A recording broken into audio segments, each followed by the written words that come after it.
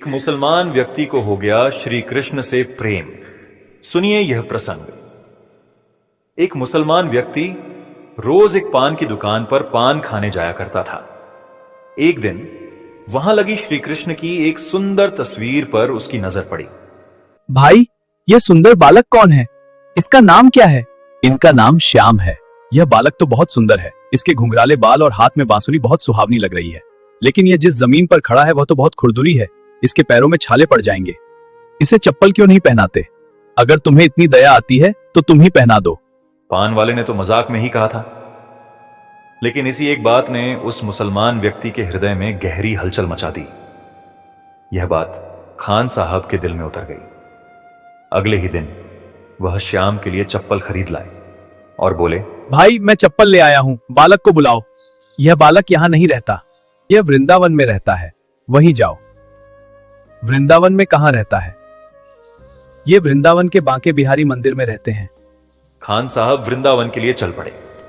वहां पहुंचकर जब वे मंदिर में प्रवेश करने लगे तो पुजारी ने उन्हें रोक दिया और कहा कि दूसरे धर्म का होने के कारण वे मंदिर के अंदर नहीं जा सकते। खान साहब ने सोचा, मेरा श्याम कभी ना कभी तो मंदिर से बाहर आएगा। यह सोचकर वे मंदिर के द्वार पर ही बैठकर प्रतीक्षा करने लगे। प्रतीक्षा करते करते पूरा दिन और रात बीत गई। भोर होते ही उन्हें घुंघरुओं की मधुर आवाज सुनाई दी। वे उठकर इधर उधर देखने लगे, लेकिन कोई दिखाई नहीं दिया। फिर जब उन्होंने अपने पैरों की ओर देखा तो पाया कि श्याम उनके चरणों के पास बैठे हैं। श्याम को देखकर उनकी खुशी की कोई सीमा न रही। लेकिन अगले ही क्षण उन्होंने देखा कि कान्हा के पैरों से रक्त बह रहा है। यह देखकर वे अत्यंत व्यथित हुए। उन्होंने प्रेम से भगवान को अपनी गोद में उठाया, उनके पैरों का रक्त पोंछा और पूछा, बेटा, तुम्हारा नाम क्या है? श्याम।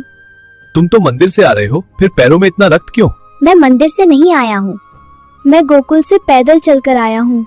क्योंकि तुमने अपने हृदय में मेरा जैसा चित्र बनाया है, मैं उसी रूप में तुम्हारे पास आया हूँ।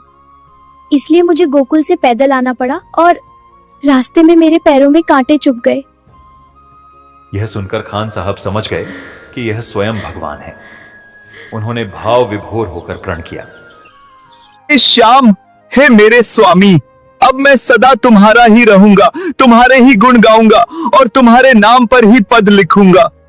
इसी प्रकार एक मुसलमान व्यक्ति खान साहब से कबीर रस खान बनकर भगवान श्री कृष्ण का परम भक्त हो गया।